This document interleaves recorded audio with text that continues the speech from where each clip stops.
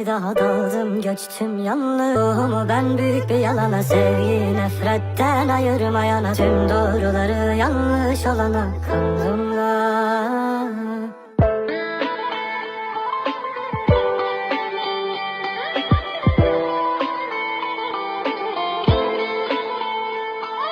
Sevmek bedel ödemek demektir, ölmekten beter sevilmekte. Bana ulaşması imkansız olan hedef, yanıma altın tabakla versem o da yeter.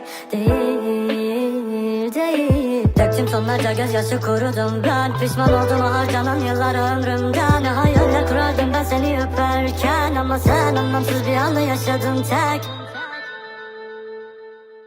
Sensin ecelim, teşekkür ederim dünyanın kaçtı hevesim. Oldu cansız bedenim, senden vazgeçemedim. Maalesef ebedi bu aşk, of of of. Sensin ecelim, teşekkür ederim dünyanın kaçtı hevesim. Oldu cansız bedenim, senden vazgeçemedim. Maalesef ebedi bu aşk, of of of. Yıkıldığım o kadar belli mi? Belletti gözlerim aynaya baktığımda. Senden zaten hiçbir şey gelmedi. Düşüneyim kendimi bir çıksam aklımdan. Vurma kalbime yeter gibi, ah benim gücüm yeter mi? Başkasına ver bu sevgini, sensizliğe zaten alıştım ben. Vurma kalbime yeter gibi, ah benim gücüm yeter mi? Başkasına ver bu sevgini, sensizliğe zaten alıştım ben. TVT Production. Yandım gönlüm yakma beni, bir daha daldım göçtüm yanlış bir diyara. Kalbimi değerini bilmeyen insana verdim ben. Saldım ruhumu ben büyük bir yalana, sevgi nefretten ayırmayana, tüm doğruları yanlış olana kanımla.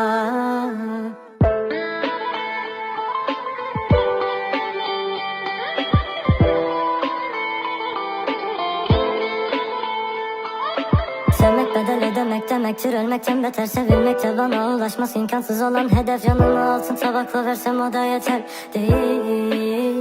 Değil. Döktüm tonlarca gözyaşı, kurudum ben. Pişman oldum o harcanan yıllar ömrümden. Ne hayaller kurardım ben seni öperken, ama sen anlamsız bir anı yaşadın tek.